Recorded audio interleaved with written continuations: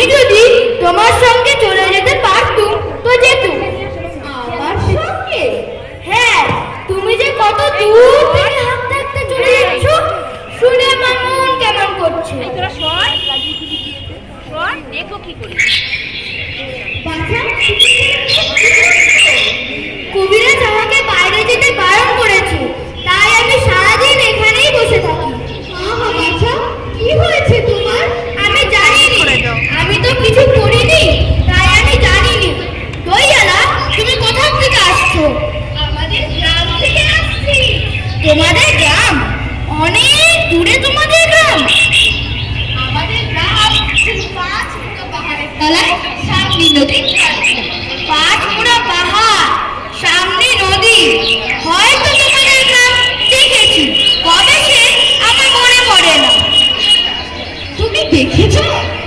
পাহাড়ের তলায় কোনোদিন গিয়েছিলে নাকি? না, কোনোদিনও যাইনি, কিন্তু আমার মনে হয় যেন আমি দেখেছি। অনেক পুরনো কালের খুব বড় বড় গাছের তলায় তোমাদের গ্রাম, একটি লাল রঙের রাস্তার ধারে, তাই না? ঠিক বলেছো বাবা। সেখানে সব সেখানে সব সেখানে পাহাড়ের গায়ে সব গরু চড়ে বেড়াচ্ছে। বাহ বাহ, একদম ঠিক। আমাদের গ্রামে গরু চড়ে বইকি, খুব চড়ে। মেয়েরা সব নদীর থেকে জল তুলে মাথায় কলসি করে নিয়ে যায়, তাদের লাল শাড়ি পরা। বাহ বাহ, কি আশ্চর্য, একদম ঠিক বলেছো। আমাদের সব গোয়ালপাড়ার মেয়েরা নদী থেকে জল তুলে তো নিয়ে যায়, কিন্তু তাদের সবার যে লাল শাড়ি পরা তা নয়। কিন্তু বাবা, তুমি নিশ্চয়ই আমাদের গ্রামে কোনোদিন গিয়েছিলে। সত্যি বলছি দইয়ালা, আমি একদিনও যাইনি। কবিরাজ যেদিন আমাকে বাইরে যেতে বলবে, সেদিন তুমি নিয়ে যাবে তোমাদের গ্রামে? যাবো বইকি, নিশ্চয়ই নিয়ে যাবো। আমাকে তোমার মতো ওই রকম দই বেচতে শিখিয়ে দিই, ওই রকম বাপ কাজে নি, ওই রকম খুব দূরে রাস্তা দিই। মরে যায়, দই বেচতে যাবে কেন?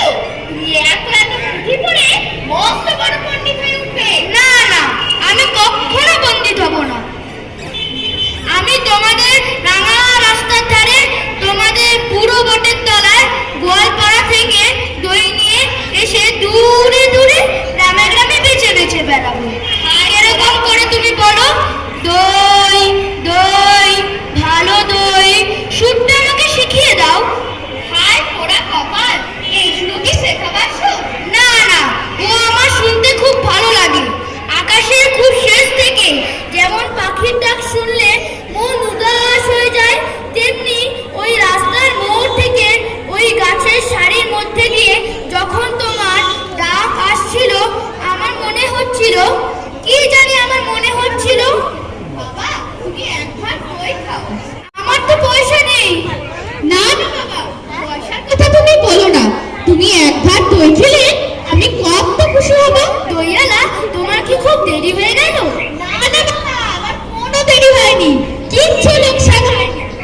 দই বেচতে যে কত সুখ, তা আজ তোমার কাছ থেকে শিখে নিলাম। দই দই।